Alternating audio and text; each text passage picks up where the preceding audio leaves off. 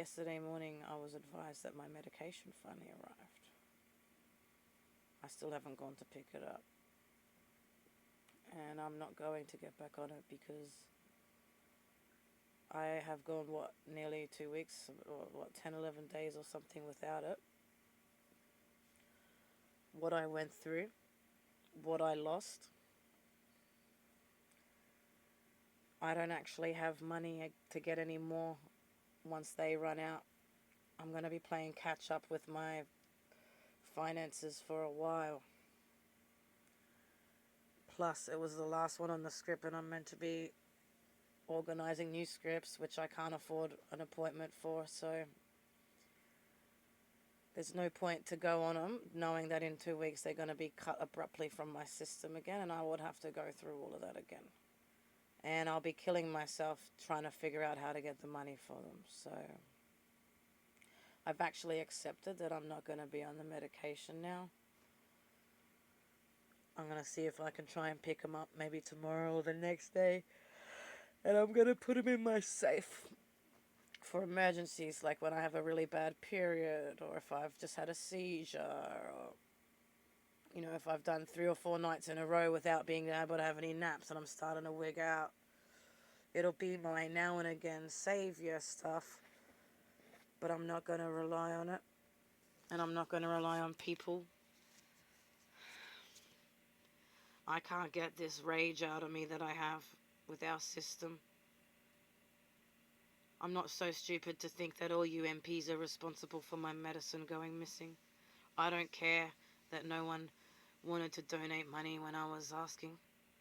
My anger is how it's all handled, and the fact that there are so many people in the system who know it's broken, but they all have the same attitude of, it's just the system, what can I do? What you can do is use your fucking voice and your position and your knowledge of it being broken to help people.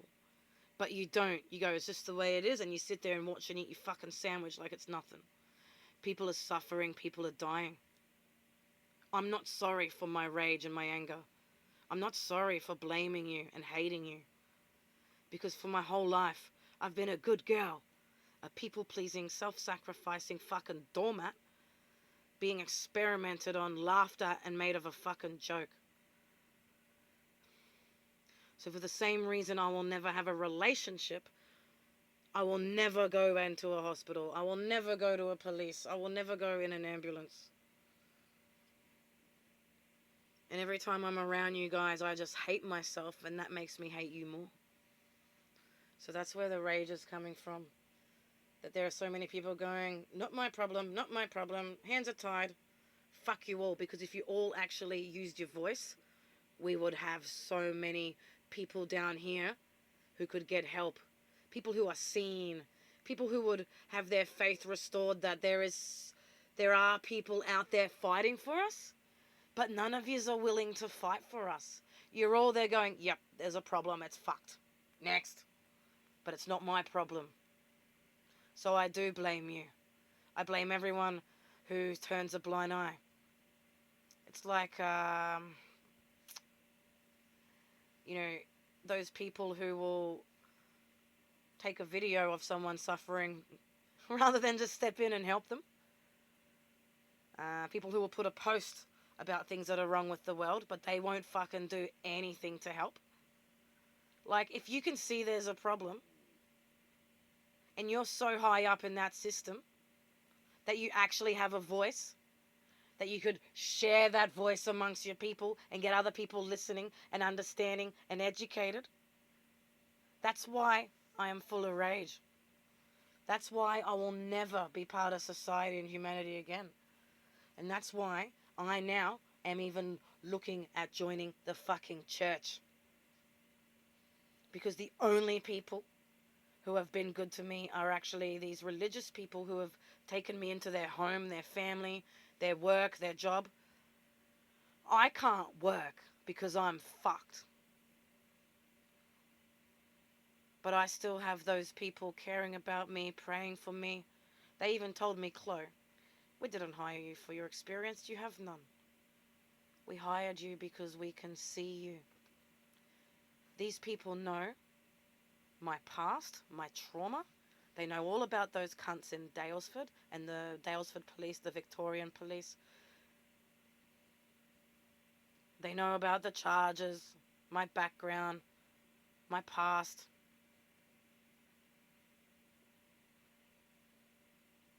And they care. I can understand now how people turn to the church and turn to God.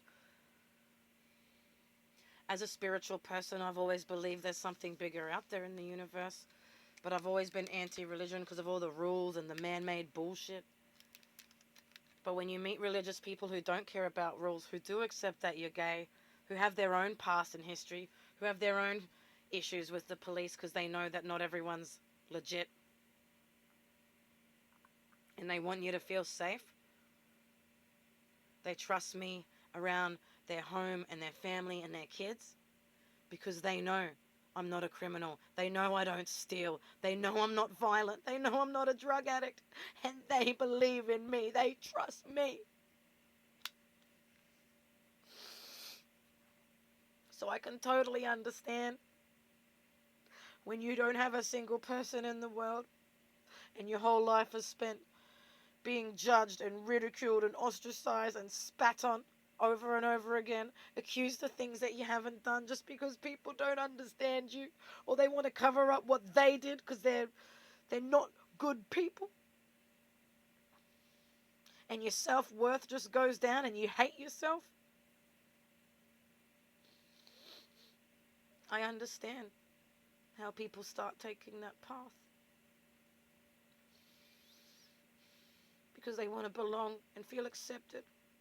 They want to be able to talk to someone even if it's not a real fucking person. They want to know that they're not alone. And they want a chance at finding some kind of peace.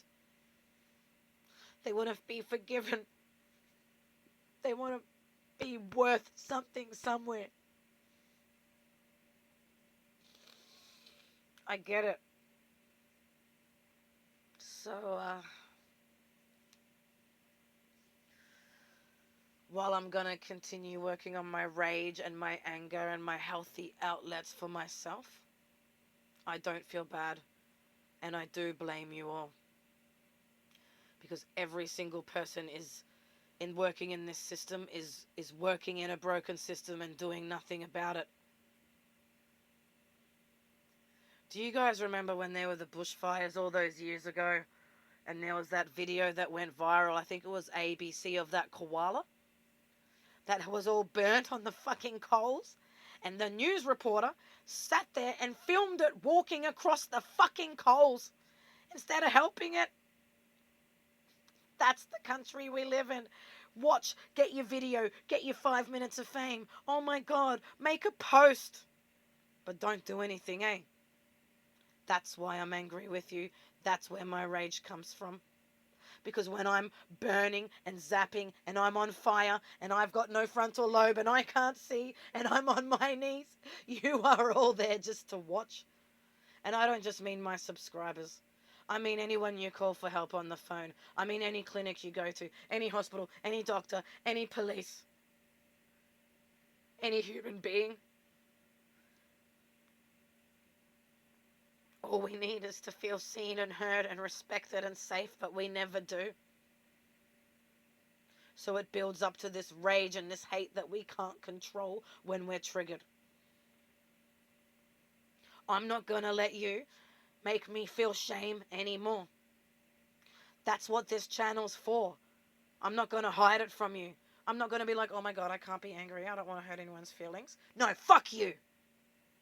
Because you are destroying good people and you need to see what it's doing. You need to see the rage and the anger and the pain and the torment that it's causing. This channel is to air my dirty laundry and show what trauma is. And the biggest part of the trauma is feeling invisible and begging and having no one there.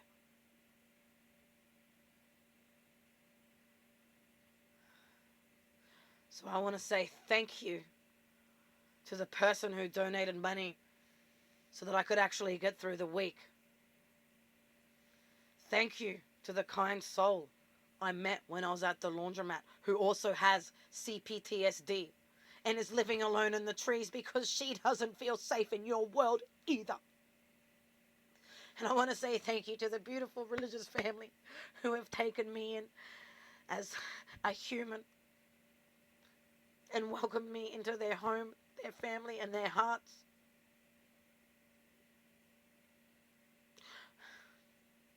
I'm going to keep fighting this fight. It's actually my anger and rage that fuels it. I'm not protecting anyone anymore. I'm not being transparent little nice girl, yes sir, no sir anymore. I've given up on you, but I haven't given up on my people. And until this takes me, I'm not going to stop fighting this fight.